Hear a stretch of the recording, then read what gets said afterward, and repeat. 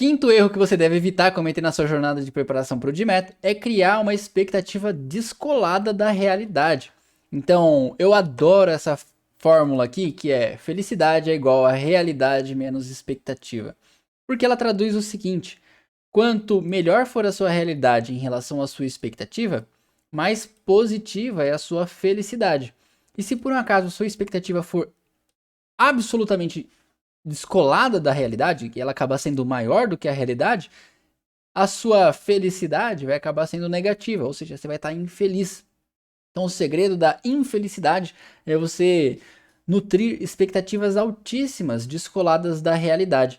É claro que eu não estou falando para você sonhar pequeno, longe disso, mas eu estou falando para você ter uma grande noção da sua realidade. Então, como eu já falei, inclusive, não feche os olhos para a sua realidade, a gente já falou isso no erro 2, se eu não me engano. Mas e sabendo a sua realidade, você consegue controlar melhor a sua expectativa, tá?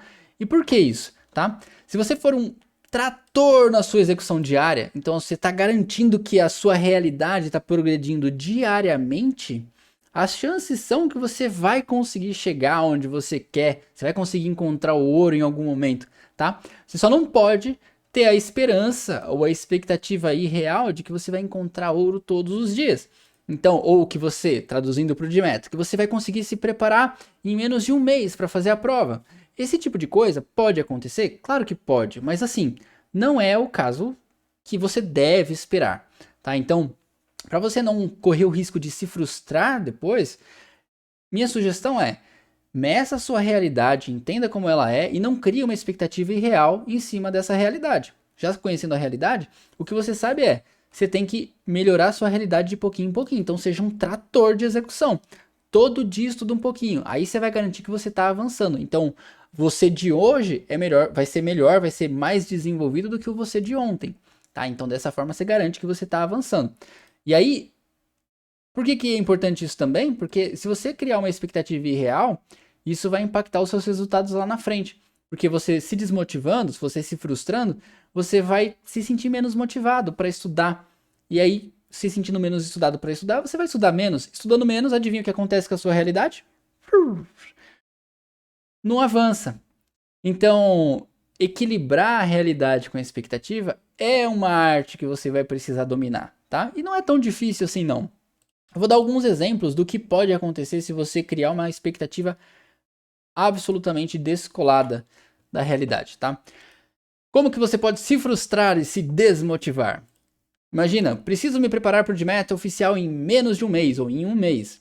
Ou preciso tirar mais de 90% em todos os simulados do curso. Olha, ao longo do nosso curso inteiro, de todas as turmas, teve, acho que foi um único aluno, se eu não me engano, que tirou 90% de primeira em um simulado. Então, imagina, criar essa expectativa de tirar mais de 90% em todos os simulados é algo absolutamente irreal, tá? Inclusive, você nem precisa acertar tanto assim numa prova para tirar uma das maiores notas no GMAT.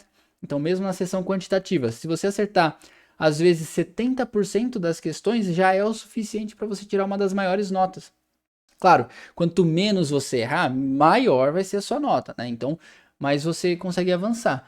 Mas você consegue ainda com uma quantidade até alta de erros, tirar ótimas notas na prova do GMAT. Então, não crie uma expectativa do tipo, meu Deus, eu preciso acertar mais do que 90% em todas as listas, todos os simulados. Porque isso não é necessário e, aliás, isso nem é saudável de você colocar como expectativa. Tá? É claro, é super legal se você conseguir, mas eu não quero com isso te incentivar a buscar isso, tá? Então, não estou te incentivando a buscar mais de 90%, tá beleza? Então tá, isso é uma. Não cria essa expectativa para não se frustrar e se desmotivar à toa, né? Vai prejudicar a sua jornada à toa. Ou então, imagina, preciso estudar para o GMAT mais de 3 horas todos os dias. Pera aí, será que você consegue estudar para o GMAT mais de 3 horas todos os dias? Será que não é melhor você colocar como meta estudar 1 hora todos os dias? Mais pé no chão? 1 horinha ali do seu dia, no comecinho da manhã, antes de ir para o trabalho? Ou então 1 horinha depois que você voltar do trabalho, o que não necessariamente é sempre bom, porque às vezes eu entendo que Na maior parte das vezes a gente tem imprevistos no trabalho, chega mais tarde, chega cansado. Então assim, se você consegue separar um horário antes de ir para o trabalho para estudar, talvez seja até razoável você pensar em acordar 1 hora mais cedo para conseguir estudar para o GMAT. Mas será que é razoável esperar acordar 3 horas mais cedo do que você está acostumado? Eu acho que isso é receita da frustração, tá? Então, não crie esse tipo de expectativa, a menos que você tenha muita certeza que você vai conseguir cumprir. E eu diria assim, é muito pouco provável de alguém conseguir acordar 3 horas mais cedo do que está acostumado todos os dias. Então, evita esses erros aqui, tá? Essas expectativas. E eu vou te dar agora uns exemplos pés no chão de como que você pode encarar aí suas expectativas. Olha só. Deixa eu deletar essa imagem por enquanto. Depois eu coloco ela para você. Como que você pode ser no pé no chão e aí sim garantir que você vai continuar avançando e perseverando na sua jornada de preparação para o GMAT? Segue o nosso método. Estuda um pouquinho todos os dias. Não tenta inventar moda. Não precisa necessariamente estudar 3 horas por dia, todos os dias. É claro que se você tiver um dia mais animado, estuda mais tempo. Mas não precisa ser a regra e muito menos a expectativa. Então, um pouquinho por todos os dias, sendo a sua expectativa, excelente. Você vai estar avançando todos os dias um pouquinho, você vai chegar no seu objetivo em algum momento. Tem isso em mente. Ou então, aqui, vou me lembrar que o progresso não acontece do dia para a noite. Então, se você controla a sua expectativa, entendendo que o progresso não acontece do dia para a noite, você vai conseguir controlar a sua expectativa e aí, beleza, você consegue não se frustrar à toa durante a sua jornada de preparação. Tá? Então, e aí como que a gente pode Como que a gente pode resumir isso numa matriz de Eisenhower? Não sei se você já conhece a matriz de Eisenhower, mas ela te ajuda a priorizar algumas atividades que você deve fazer agora, ou agendar para fazer depois porque ela é importante, ou então simplesmente eliminar e dispensar porque elas não são importantes e poderiam te distrair dos seus objetivos de mais longo prazo. A matriz de Eisenhower por GMAT, vamos começar da parte que você tem que dispensar.